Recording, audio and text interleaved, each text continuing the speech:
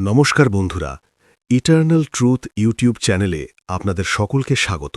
কমেন্টে লিখুন জয় শ্রীকৃষ্ণ, শেয়ার করুন প্রিয়জনের সাথে। চ্যানেলটিতে যদি নতুন হয়ে থাকেন সাবস্ক্রাইব করুন আরও নতুন নতুন গল্পের জন্য। আজকের আধ্যাত্মিক কাহিনী। আজ আমরা জানব স্ত্রী ছাড়া অন্য নারীর সঙ্গে সম্পর্ক পাপ নাকি পুণ্য। হৃদয়ের সত্য আধ্যাত্মিক কাহিনী। গ্রামে নদীর ধারে ছোট্ট এক জনপদ, নাম শিবপুর। সেখানে বাস করত হরিদাস নামের এক গৃহস্থ মানুষ। তার স্ত্রী সরস্বতী ছিল অত্যন্ত সৎ, শান্ত এবং ভক্তিমতী নারী। সংসারে অভাব ছিল না, তবুও হরিদাসের মনে এক অদ্ভুত শূন্যতা বাসা বেঁধেছিল। একদিন হরিদাস গ্রামের এক বৃদ্ধ সাধুর কাছে গিয়ে প্রশ্ন করল, গুরুদেব, একটা কথা জানতে চাই। স্ত্রী ছাড়া অন্য কোনো নারীর সঙ্গে যদি সম্পর্ক হয়, সেটা কি সবসময় পাপ?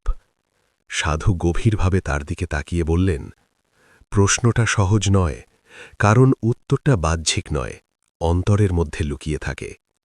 কিছুদিন পর গ্রামে এলো এক নারী, তার নাম ছিল চন্দ্রা।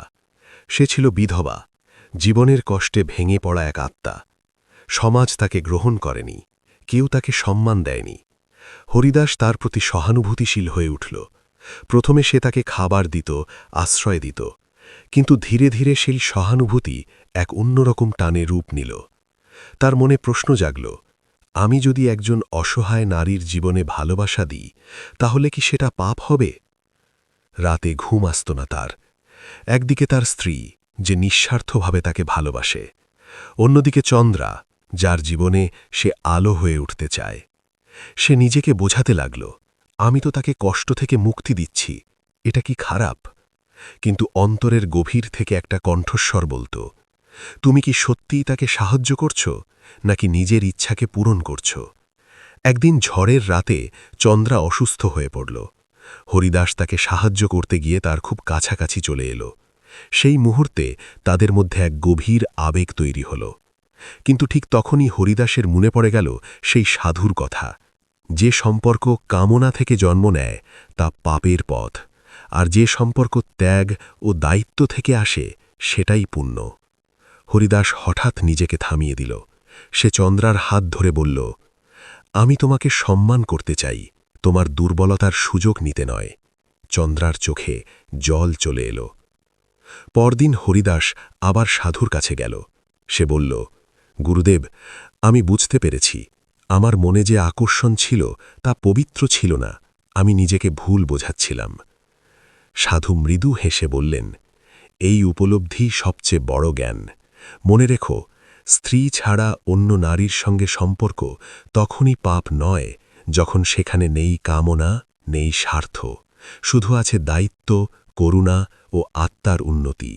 হরিদাস চন্দ্রাকে নিজের বোনের মতো সম্মান দিতে শুরু করল। সে গ্রামের লোকদের বোঝাল, একজন নারী তার অবস্থার জন্য দোষী নয়, তাকে সম্মান দেওয়া আমাদের দায়িত্ব।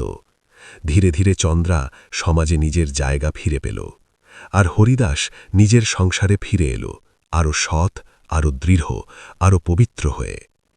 একদিন সন্ধ্যায় সাধু গ্রাম ছাড়ার আগে বললেন, পাপ আর পুণ্য কোনো কাজের মধ্যে নয়, তা লুকিয়ে থাকে মানুষের মনের ইচ্ছা ও উদ্দেশ্যে।